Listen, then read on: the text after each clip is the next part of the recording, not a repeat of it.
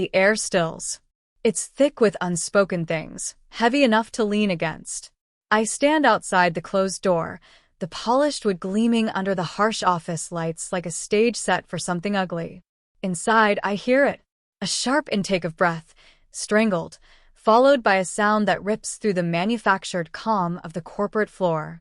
It's not just a shout. It's a sound clawed from the gut, a raw, animal bellow of pure, unadulterated shock and rage.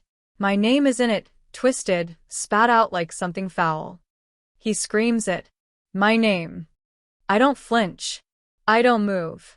My hand rests lightly on the cool metal door handle, but I don't push. I just listen as the scream dissolves into incoherent roars, the crashing of something fragile, the frantic, panicked scrambling of feet. This is not the end.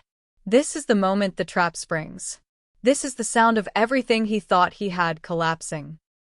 Let me know where you're watching from and what time it is. And if you haven't already, please subscribe. It helps me more than you know. It started small like most things do. A spark. An idea whispered late one night, curled up on the sofa, watching rain smear the city windows. He was my husband, my partner, the person I shared my deepest thoughts with, the one who knew the rhythm of my breathing in the dark. We talked about dreams like they were blueprints, tangible things we were building together, brick by emotional brick. The idea, it wasn't just a business concept. It was born from something personal, a problem I'd lived, a frustration I'd carried for years. It was my solution, poured out onto paper, then onto whiteboards, then into endless late-night conversations fueled by cold pizza and cheap coffee. He listened. He nodded. He contributed, sometimes adding a practical angle, sometimes just offering encouragement. "This is brilliant," he'd say, his eyes reflecting the warm glow of the lamp. "You're brilliant. We're going to do this." We. That was the word. We. It felt real. It felt like a shared destiny. We built pitch decks together, late into the night. We debated names, branding, target markets. My energy drove it, my lived experience informed it, but he was right there beside me, his presence a constant, steady weight I leaned on. I trusted him completely. Utterly. He was my husband. My safe harbor. We had our normal life. Weekends spent hiking, quiet dinners at home, the comfortable routine of married life. But underneath, there was the hum of this project, this shared secret energy. It was exciting. It was building something from nothing, together. It felt like the future was unfolding exactly as it should, hand in hand. He was so enthusiastic. He'd talk about our future, funded by our success. He'd joke about quitting his job, about the freedom the idea would bring us. It was intoxicating. It made me feel like a team, an unbreakable unit tackling the world. The first tremor, the barely perceptible shift in the ground beneath my feet, came slowly. He started taking more of the meetings. At first, it made sense. His background was more corporate, more sales-oriented than mine. "You focus on refining the product," he'd say. "I'll handle the investors. We make a good team, and we did. Or I thought we did." He'd come home, energized, talking about the potential, the interest. He'd use we, but sometimes the emphasis felt different. It felt less like a collective pronoun and more like a strategic inclusion. Then came the phone calls I wasn't a part of. He started closing his laptop when I walked into the room. He'd be vague about who he'd met with, what they discussed. The shared whiteboard in our home office stayed pristine, untouched by our joint brainstorming sessions. He started working later, coming home tired, preoccupied. When I'd ask about the project, the energy would dim. He'd give clipped answers. "It's moving, things are progressing where? With whom?" The inciting incident wasn't a single explosion, but a slow, suffocating realization. I found a document saved on our shared cloud storage, mislabeled, hidden deep within a folder. It was a pitch deck, similar to ours, but Different. the branding was slightly off, the key features highlighted were subtly changed, but the core idea, my core idea, was undeniably there. And my name? My name was relegated to a footnote. Initial concept contributor, his name was plastered everywhere else. as founder, as CEO, as the visionary. My breath hitched. Initial concept contributor. Everything we built, everything we shared, reduced to a footnote. My hands trembled as I scrolled, reading the narrative he was crafting. It wasn't our story. It was his. He was presenting my blood, sweat, and tears as his own brilliant flash of inspiration. The cold seeped in first, an icy dread that bypassed the emotional turmoil and went straight to my bones.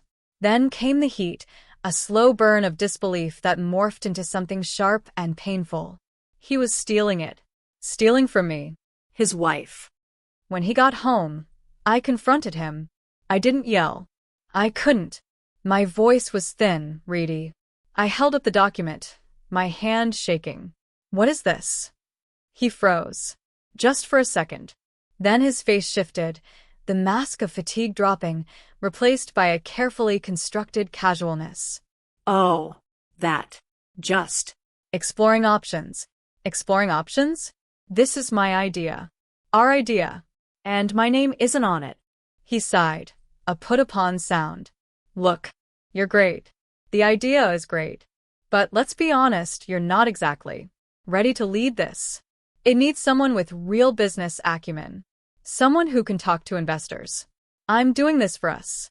For our future. For us? By cutting me out. I'm not cutting you out. You'll be involved. On the board, maybe. Once it's successful.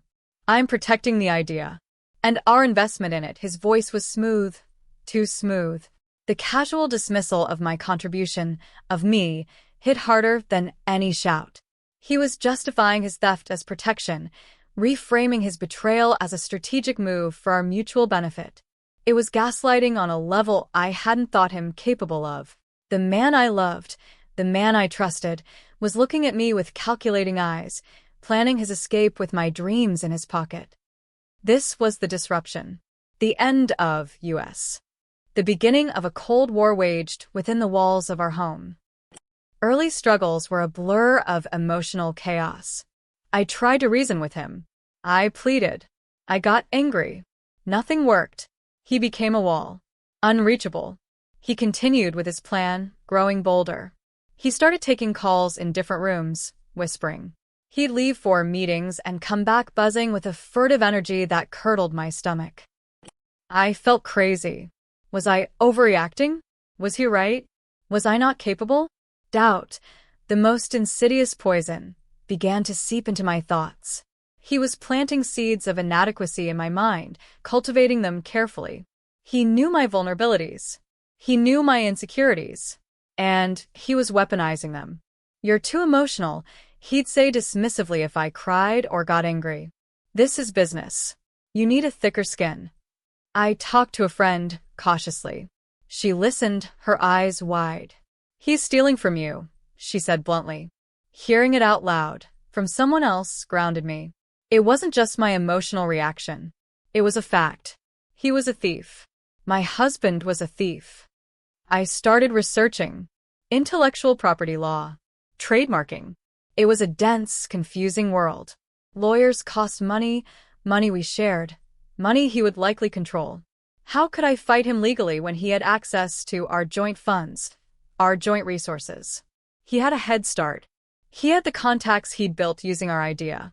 He had the confidence of someone who believed he was getting away with it. I felt trapped in my own life, watching him build his future on the foundation of my stolen work. Rising challenges mounted. He started telling mutual friends about his exciting new startup. They'd congratulate him, sometimes mentioning it casually to me.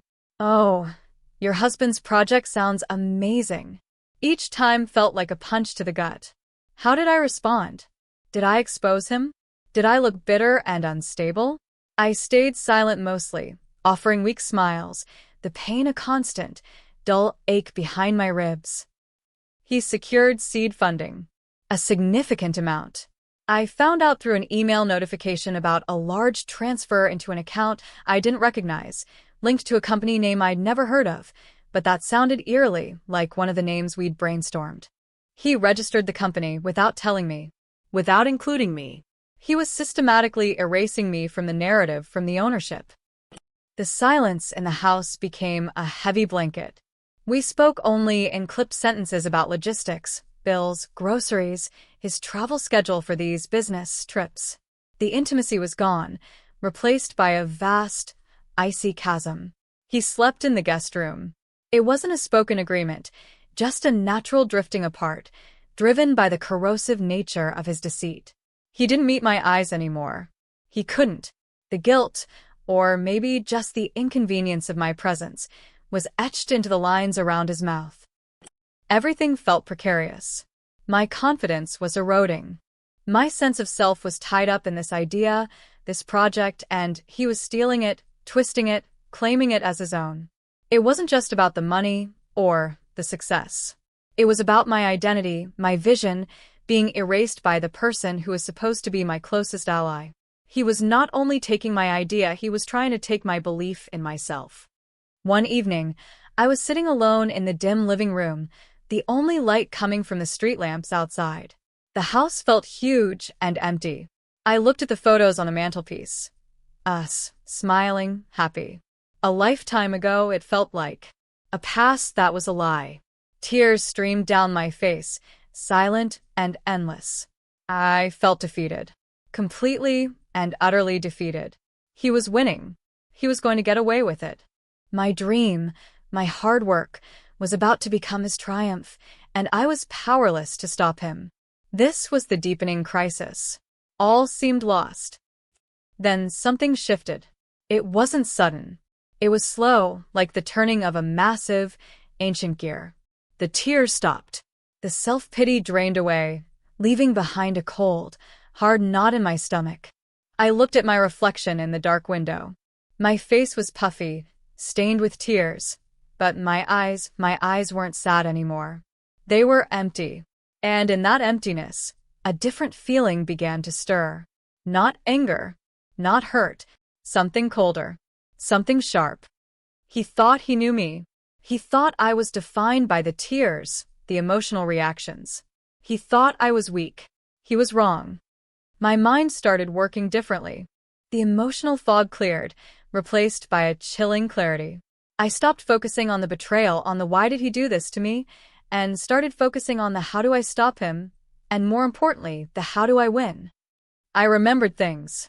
Details he'd overlooked. Conversations he'd dismissed.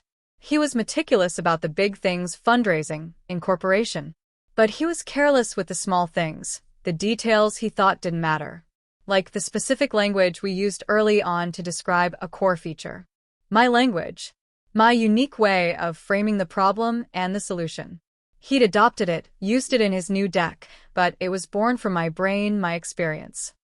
I started researching again, but this time with a different goal. Not just understanding the law, but understanding the strategy. How could I use the system?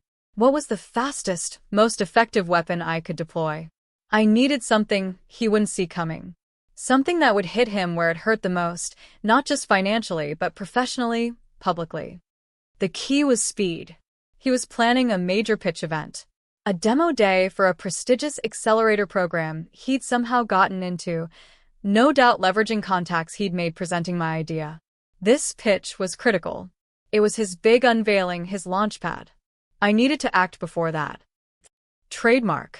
It wasn't about patenting the technology, which was complex and expensive. It was about protecting the brand, the name, the distinctive elements of the idea that made it recognizable. The name we'd chosen together, the logo we designed, even certain key phrases we used to describe the concept, they were mine as much as his, perhaps more so, since they originated in my initial vision.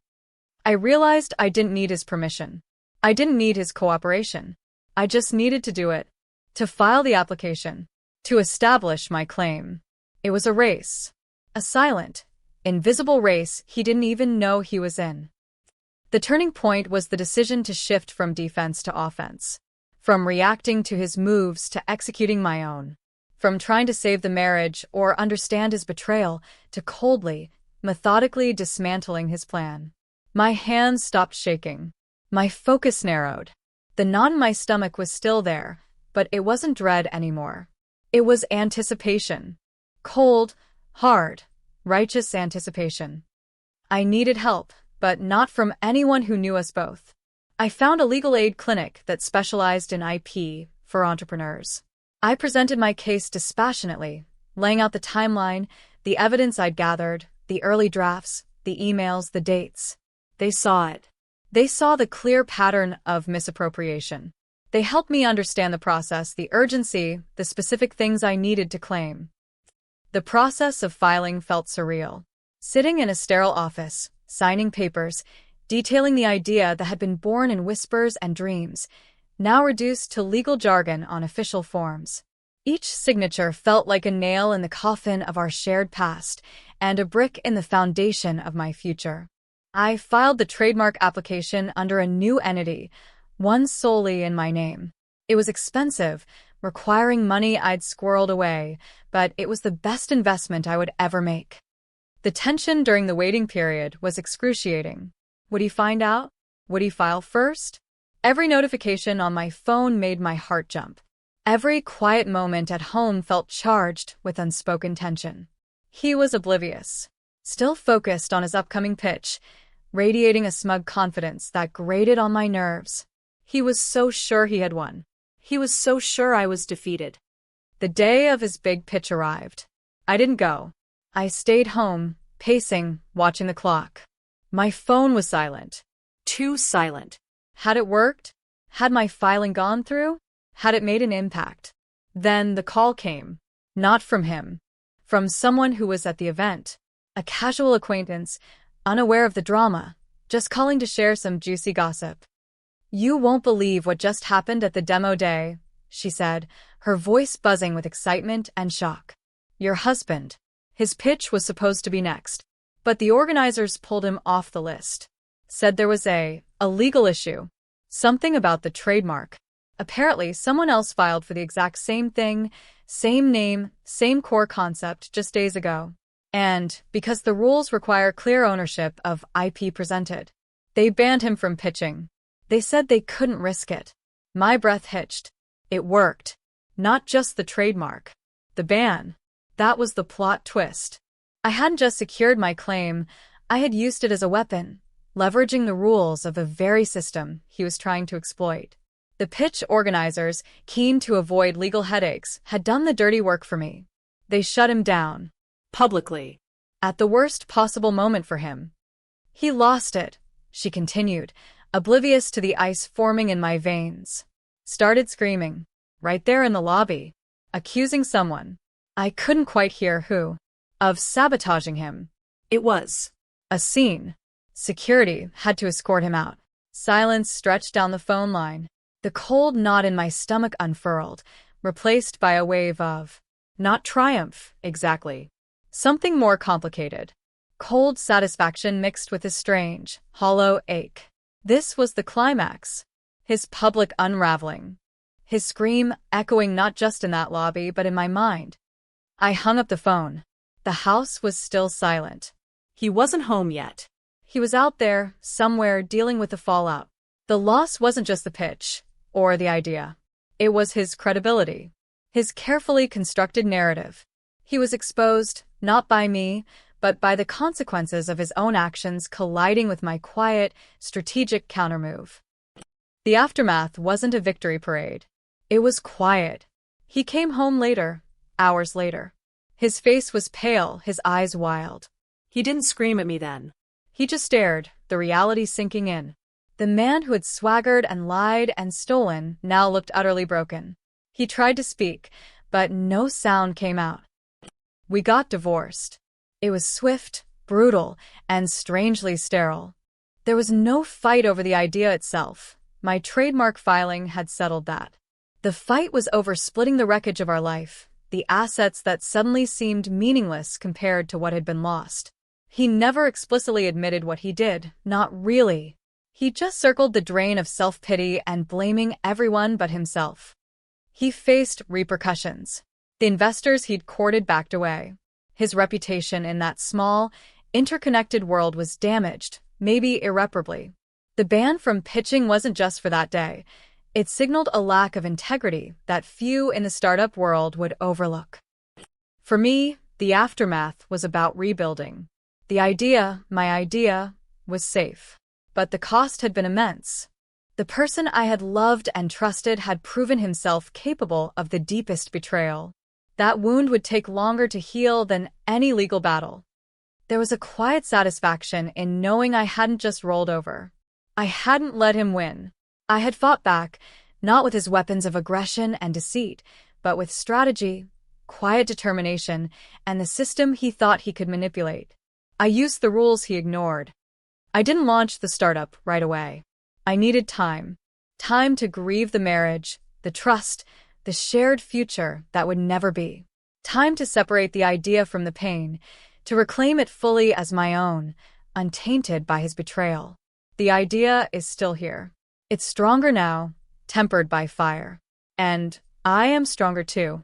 I learned that the sharpest weapon isn't always the loudest. Sometimes it's the quietest move that makes the most noise when it lands. If this story hit close to home, I'd love to hear your version. Drop a comment with where you're listening from and what time it is. Thanks for being here.